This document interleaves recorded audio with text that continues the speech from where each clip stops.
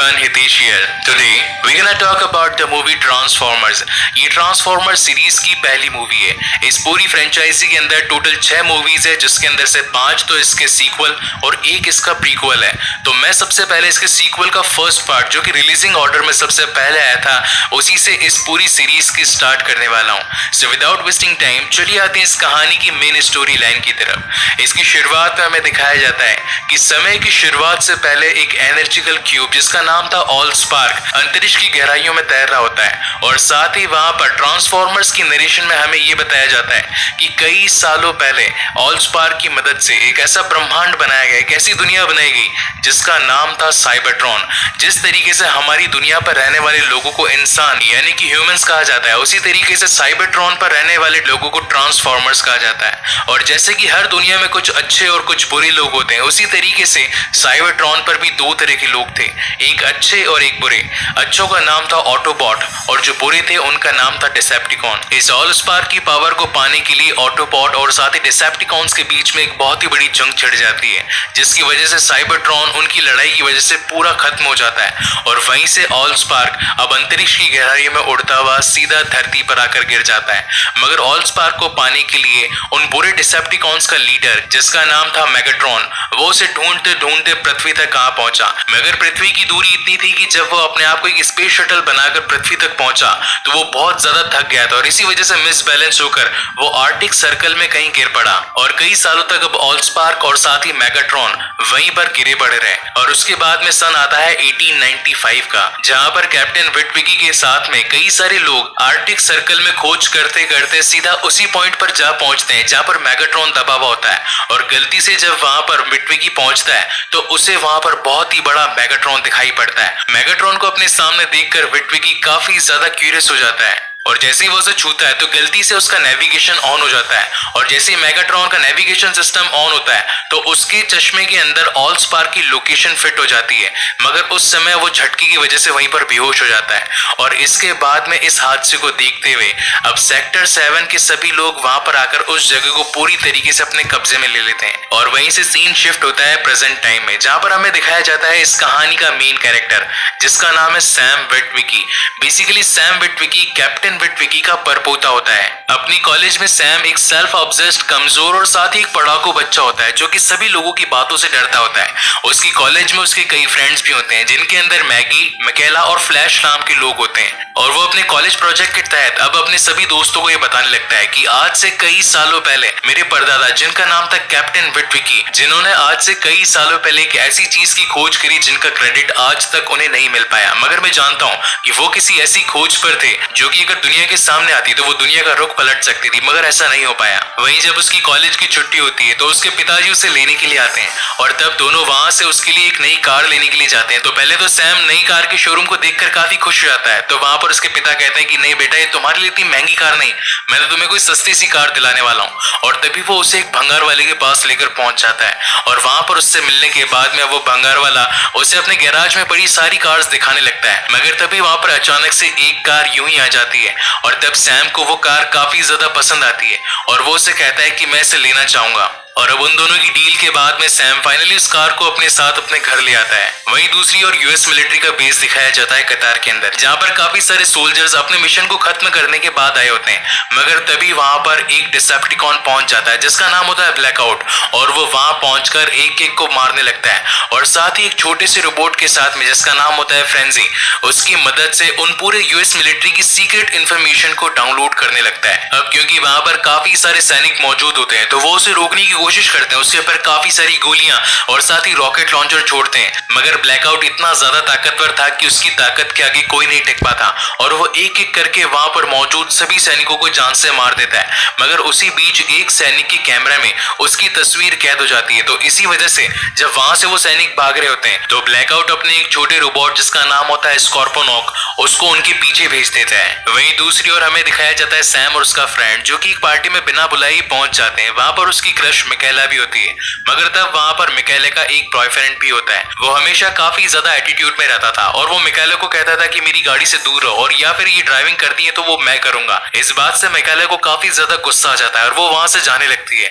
तभी वहां पर मौका देखकर अब सैम अपनी गाड़ी में उसे ड्रॉप करने के लिए उसके पास पहुंचता है और उससे कहता है कि अगर तुम घर जा रही हो तो मैं तुम्हें ड्रॉप कर सकता हूँ, क्या तुम मेरे साथ आना चाहोगी? अब वहां पर मिकेला के पास में और कोई रास्ता नहीं होता, इस वजह से वो उसके साथ में जाने के लिए तैयार हो जाती है और थोड़ी देर के अंदर वो गाड़ी यानी कि जो बम्बल भी था वो ऑटोमेटिक ऑन होकर रोमांटिक गाने बजाने लगता है। इन गानों को सुनकर पहले तो मिकेले को शक होता है कि सैम जरूर मुझ पर लाइन मार रहा है, मगर सैम उसे कहता है कि नहीं, ये गाड़ी खराब है और ये कभी कभी अपने आप ही चलने लगती है। थोड़ी दूर जाने के बाद में वो कार खराब हो जाती है।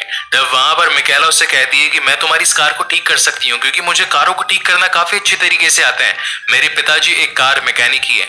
और जब वो उसकी कार को रिपेयर कर रही होती है तो उसका मन उठ जाता है और वो कहती है कि तुम इसे खुद ही ठीक कर लेना, मैं यहाँ से पैदल घर जा रही हूँ।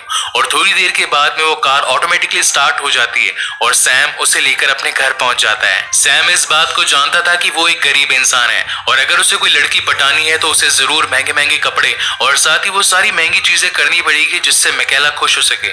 और उन्हीं पैसों को पाने के लिए वो अपने घर में पड़े सारे सामान को ईबे पर बेचने लगता है, जिसके अंदर उसके परदादा का वो चश्मा भी होता है जिसके अंदर ऑल स्पार्क क्यूब की लोकेशन भी होती है। हालांकि इस वक्त तक उसे इस बारे में कुछ पता नहीं होता और वो इस चश्मे को फाइनली ईबे पर अपलोड कर देता है। अगले सीन में हमें नेशनल मिलिट्री कमांड सेंटर दिखाया जाता है जिसका नाम होता है पेंटागन और वहां पर यूएस के बड़े बड़े उच्च अधिकारी मौजूद होते हैं और वो सभी मिलकर इस बात पर चर्चा कर रहे होते हैं कि आखिर कतार के बेस पर किस देश ने हमला किया, क्या वो रूस था या फिर जापान। इस बारे के अंदर अब वो अपनी पूरी की पूरी टीम को इस काम में लगा देते हैं और तभी उन्हें याद आता है कि कॉलेज के नए बच्चे हमारी इस काम में मदद कर सकते हैं। इसी बात से वो कॉलेज के अंदर पहुंचकर कई सारे नए विद्यार्थियों को अपनी इस टीम में ज्वाइन होने के लिए कहते हैं। वहां पर उन सभी को यह बताया जाता है कि अगर आप हमारे इस काम में मदद करेंगे तो दुनिया पर आने वाला एक बड़ा खतरा टल सकता है। कुछ ही समय पहले कतार में एक बहुत ही बड़ा हमला हुआ है, अभी किस देश ने किया है हमारे पास उसका कुछ सबूत नहीं है, बस हमारे पास कुछ है तो वो है एक साउंड रिकॉर्डिंग। इनका नाम होता है जॉन कैलर और फाइनली वो वहां पर मौजूद सभी लोगों को इस काम पर लगा देते हैं कि जितना जल्दी हो सके तुम इस रिकॉर्डिंग को डिकोड करो। उन्हीं टीम में शामिल होती है मैगी और साथ ही पीटर जो कि सैम के फ्रेंड्स होते हैं। वहीं दूसरी ओर हमें दिखाया जाता है F1 प्लेन जिसके अंदर राष्ट्रपति अपनी पूरी टीम के साथ में कहीं जा रहे होते हैं और तभी वहां पर एक डिसेप्टिकॉन जो कि एक रेडियो के रूप में होता है, उसका नाम होता है फ्रेंजी। वो चुपके से उस प्लेन के सीक्रेट डिपार्टमेंट में पहुंचकर वहां की सारी खुफिया जानकारी को निकालने की कोशिश करता है, मगर क्योंकि अब सीक्रेट डिपार्टमेंट इंटरकनेक्टेड होते हैं तो वहां पर जब फ्रेंजी उन सभी की चीजों को डिकोड कर रहा था तो इस बात की इंफॉर्मेशन पेंटागन में भी चली जाती है। और जब उन लोगों को पता लगता है कि कोई प्लेन में एक ऐसा इंसान मौजूद है जो कि सारी इंफॉर्मेशन को हैक करके अपने पास में लेना चाहता है तो वो उसकी पावर को कट करने की कोशिश करते हैं। फ्रेंजी अपने काम में 98% तक सफल हो ही गया था, मगर पेंटागन के लोगों ने वहां की सीक्रेट इंफॉर्मेशन को बंद कर दिया और साथ ही वहां के पुलिस फोर्स को अलर्ट कर दिया ताकि वो उसे रोक सके। और जैसे पुलिस फोर्स वहां पर पहुंचती है तो फाइनली फ्रेंजी काफी गुस्सा होकर उन सभी पर गोलियां चलाने लगता है। वो हर किसी को जान से मार देता है और सभी लोगों से बच पाए, इसलिए अगेन अपने रेडियो वाले रूप के अंदर आकर सभी से छिप जाता है। और जब वो प्लेन लैंड होता है तो वो वहां से निकलकर एक पुलिस की गाड़ी में पहुंच जाता है और वहां से जो सीक्रेट इंफॉर्मेशन उसने 98% तक की निकाली थी उसकी मदद से अब उसे पता चल गया था कि सीक्रेट इंफॉर्मेशन के अंदर सेक्टर 7 के अंदर प्रोजेक्ट आइसमैन नाम का एक प्रोजेक्ट चल रहा है जिसमें ऑल स्पार्क की पूरी इंफॉर्मेशन छुपी हुई है और वो सारी की सारी इंफॉर्मेशन एक चश्मे के अंदर है। वो चश्मा ईबे पर किसी एक सैम विटविकी नाम के लड़के ने डाला है और फाइनली अब इतनी सारी इंफॉर्मेशन के साथ में फ्रेंजी सैम विटविकी के पीछे पड़ जाता है। वहीं दूसरी ओर अब पेंटागन में दिखाया जाता है कि मैगी आकर सभी लोगों को यह बताने लगती है कि कोई इंसान इतना फास्ट किसी भी सिस्टम को हैक कर ही नहीं सकता। यूएस गवर्नमेंट की सिक्योरिटी इतनी तगड़ी है कि अगर 10 साल तक कोई सुपर कंप्यूटर पर बैठा हो तब भी उसे हैक करने में काफी ज्यादा प्रॉब्लम्स आएगी। अगर 10 सेकंड में किसी ने यूएस मिलिट्री की पूरी इंफॉर्मेशन को कैसे हैक कर लिया, ये जरूर कोई इंसान नहीं बल्कि कोई और एलियन टेक्नोलॉजी है जो कि यहाँ पर ये सब कुछ चुराने आई थी। लेकिन तब वहां पर मौजूद लोग उसकी इस बात पर भरोसा नहीं करते और उसे कहते हैं कि हम तुम्हारी फिजूल की बातों पर विश्वास नहीं करते और साथ ही अब तुम्हें यहाँ से काम से निकाला भी जाता है। मगर मैगी हार कहाँ मानने वाली थी, उसे इस बात का पता था कि कोई भी इंसान इस काम को नहीं कर सकता। इसीलिए वो उस ऑडियो की रिकॉर्डिंग को चुपचाप अपने मेमोरी कार्ड में सेव करके वहां से निकल जाती है और सीधा अपने हैकर फ्रेंड जिसका नाम होता है ग्लीन, उसके पास पहुंचती है और वहां जाकर उसे कहती है कि मेरे पास में एक ऐसा काम है जिसको करने में तुम्हें काफी मजा आएगा। तो ग्लेन उसे कहता है क्या ये खुफिया है? तो वहां पर मैगी उसे कहती है कि ये काम इतना खुफिया है कि अगर किसी को पता लगे तो तुम और मैं पूरी जिंदगी भर जेल में चक्की पीसेंगे।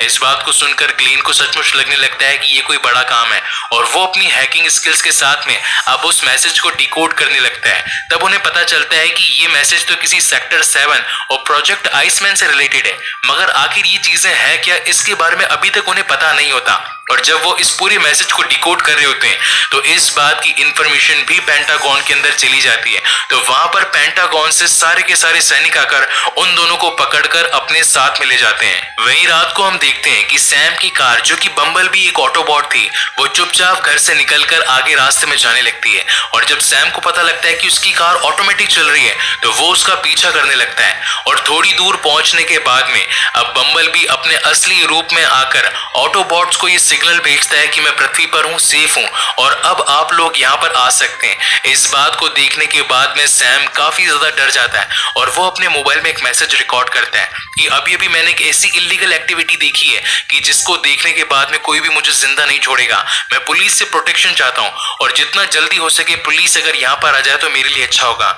इस बात को सुनने के बाद में अब पुलिस वाले वहां पर पहुंच जाते हैं और तब सैम उन्हें कहता है कि मेरी कार ऑटोमेटिकली चलकर सीधा यहाँ पर पहुंच गई, मैं नहीं जानता कि ये आखिर कैसे चली, मगर उस कार में कुछ ना कुछ तो गड़बड़ है। मगर पुलिस उसकी कोई भी बात नहीं मानती। वहीं अगले दिन हमें कतार में बचे हुए कुछ सैनिक दिखाए जाते हैं जिनको लीड कर रहे होते हैं कर्नल विलियम। और जब वो कतार के बेस से निकलकर वहीं के एक गांव में जाने लगते हैं तब वहां पर स्कॉर्पोनॉक डिसेप्टिकॉन पहुंचकर उन सभी पर हमला कर देता है।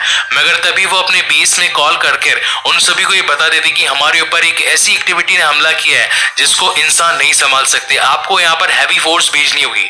और उनकी बात सुनकर अब फाइनली पेंटागन से काफी सारे यूएस मिलिट्री के लोग अपने फाइटर जेट प्लेन्स को वहां पर भेज देते हैं। जब तक फाइटर प्लेन्स वहां पर आते हैं तब तक वहां के सैनिक उस स्कॉर्पोनॉक और साथ ही बाकी सभी डिसेप्टिकॉन से लड़ने लगते हैं। और काफी लड़ाई चलने के बाद में वहां पर फाइनली अब फाइटर प्लेन्स पहुंच जाते हैं जो कि अपने रॉकेट लॉन्चर से उस स्कॉर्पोनॉक को पूरी तरीके से खत्म कर देते हैं। वहीं हमें दिखाया जाता है सैम जो कि अब अपनी कार से काफी ज्यादा डर चुका होता है और वो अपनी मम्मी की साइकिल लेकर घर से भागने लगता है। मगर तभी उसका पीछा करने लग जाती है उसकी कार यानी कि बम्बल भी, और भागते भागते वो एक ऐसे गोडाउन में पहुंच जाता है जहां पर उसको एक पुलिस की गाड़ी मिलती है। तो वो उससे मदद मांगता है, उसे कहता है कि एक कार है जो कि रोबोट में बदल सकती है, मुझे आपकी मदद चाहिए, प्लीज मेरी हेल्प करो। और देखते ही देखते वो कार भी एक रोबोट में बदलने लगती है जिसका नाम होता है बैरिकेड, और तब वो उसकी जान लेने वाली होती है। तब वो डिसेप्टिकॉन सैम से ऑलस्पार्क की लोकेशन के बारे में पूछता है, मगर सैम काफी ज्यादा डर जाता है और उसी का बचाव करने के लिए वहां पर अब पहुंच जाता है बम्बल भी। पूरी ट्रांसफॉर्मर सीरीज ही अपने सीजीआई के लिए जानी जाती है और ये इस मूवी का मेन रीजन भी है कि बच्चे और साथ ही टीनेज इस पूरी फ्रेंचाइजी को काफी ज्यादा पसंद करते हैं। उनकी लड़ाई में अब मिकेला भी वहां पर पहुंच चुकी होती है, इसी वजह से अब बम्बल भी मिकेला और साथ ही सैम को लेकर वहां से भागने लगता है और सीधा घर की ओर जाने लगता है। मगर काफी कार चीजिंग के बाद में भी फाइनली अब बैरिकेड उन्हें ढूंढ ही लेता है और अगेन बैरिकेड और साथ ही बम्बलबी के बीच में फाइट होना शुरू हो जाती है। मगर इस बार बम्बलबी पूरे जोश में था, उसे काफी ज्यादा गुस्सा आ रहा था और इसी वजह से वो बैरिकेड को पटक पटक कर धोने लगता है। और इसी फाइट के बीच में फ्रेंजी मौका पाकर मिकेला के बैग में जो उसका एक फोन पड़ा होता है वो सेम टू सेम उस फोन का रूप लेकर चुपचाप उसके बैग में छिप जाता है। बम्बल भी इस बात को जानता था कि अगर एक डिसेप्टिकॉन यहाँ पर आकर इस इंसान के पीछे पड़ा है तो जरूर इस इंसान में कुछ ना कुछ खास बात छिपी होगी, इसीलिए वो अब उन दोनों की सुरक्षा के लिए उनके साथ में जाने लगता है। तब वहां पर मिकेला कहती है कि ये कार कितनी ज्यादा पुरानी है और जैसे ही बम्बल भी इस बात को सुनता है तब वो अपने पास में से गुजर रही शेवरले कैमेरॉन को पूरी तरीके से स्कैन कर लेता है और बिल्कुल एक न्यू गाड़ी में तब्दील हो जाता है। वहीं आसमान में हम कुछ और मीटियोर्स भी देखते हैं जो कि काफी स्पीड में अब धरती पर आकर गिरते हैं और वो भी ट्रांसफॉर्मर्स ही होते हैं। और जैसे वो ट्रांसफॉर्मर्स रोड पर चल रही काफी सारी गाड़ियों के संपर्क में आते हैं तो वो भी अब उनका रूप ले लेते हैं और फाइनली सभी ऑटोबॉट्स मिलकर एक जगह पर रीयूनाइट होते हैं। और वहां पर पहुंचने के बाद में अब सैम उनसे पूछता है कि आखिर आप सभी कौन है और इस धरती पर आने का आपका क्या रीजन है। इन ऑटोबॉट्स में शामिल होते हैं रैचेट, आयरनहाइड, बम्बलबी, जैस और साथ ही जो इनको लीड कर रहा होता है उसका नाम होता है ऑप्टिमस प्राइम। और वो उसे बताता है कि आज से कई सालों पहले हमारे ग्रह साइबरट्रॉन पर एक बहुत ही बड़ी जंग छिड़ गई, जो कि थी ऑटोबॉट्स और डिसेप्टिकॉन के बीच। डिसेप्टिकॉन्स को जो लीड कर रहा था उसका नाम था मेगाट्रॉन, और वो ऑलस्पार्क की पूरी ताकत को पाना चाहता था, क्योंकि हमारा ग्रह ऑलस्पार्क की ताकत पर ही चलता था। मगर काफी सालों पहले वो ऑलस्पार्क तुम्हारी इस पृथ्वी पर आकर गिर गया। इसकी वजह से मेगाट्रॉन उसका पीछा करते करते तुम्हारी इस पृथ्वी पर आ पहुंचा, और अगर उसे वो मिल गया तो वो उस पूरे ग्रह को तबाह कर पूरी तरीके से खत्म कर देगा। और जिस तरीके से तुम्हारा ग्रह अभी है ये उस तरीके से बिल्कुल नहीं रहेगा, ये उसे भी साइबरट्रॉन में तब्दील कर देगा। इसीलिए जितना जल्दी हो सके हमें वो ऑलस्पार्क की लोकेशन मेगाट्रॉन से पहले ढूंढनी पड़ेगी। तब ऑप्टिमस प्राइम उससे कहता है कि तुम्हारे चश्मे के अंदर ऑलस्पार्क की लोकेशन है, आखिर कहां पर है तुम्हारा चश्मा? तो सैम कहता है कि वो चश्मा तो मेरे घर पर है, मुझे जितना जल्दी हो सके घर पर जाना पड़ेगा। और वहां से सारे के सारे ऑटोबॉट्स अब अपने कार के रूप में आकर अब सीधा पहुंच जाते हैं सैम के घर पर। वो उस चश्मे को ढूंढने की काफी कोशिश करता है, मगर ढूंढते ढूंढते उसे काफी टाइम लग जाता है। इस वजह से अब पूरे ऑटोबॉट्स अपने असली रूप में आकर यानी कि ट्रांसफॉर्मर बनकर उसे बार बार पूछने लगते हैं कि तुम्हें कितना टाइम लगेगा, जल्दी उस चश्मे को ढूंढो, हमारे पास ज्यादा समय नहीं है। और इसी बीच वो उसके घर के गार्डन को भी पूरी तरीके से नष्ट कर देते हैं। मगर फाइनली वहीं दूसरी ओर अब सैम को अपने परदादा जी का चश्मा मिल ही जाता है, और जैसे ही वो चश्मे को लेकर ऑप्टिमस प्राइम की तरफ जाने लगता है तभी वहां पर कुछ लोग आकर उसे रोक लेते हैं। वो लोग होते हैं सेक्टर 7 के, जो कि एक टॉप सीक्रेट पैरामिलिट्री डिपार्टमेंट होता है, जिन्हें लीड कर रहा होता है सिमंस। और वो वहां पर आकर उसे कहता है कि अब तुम लोगों को हमारे साथ में चलना पड़ेगा, क्योंकि तुमने वो सब कुछ देखा जो कि टॉप सीक्रेट है। हम कोई पुलिस वाले या सीबीआई नहीं, बल्कि एक ऐसे डिपार्टमेंट से आए हैं जो कि पूरी तरीके से एलियन टेक्नोलॉजी पर काम करता है। इस बात को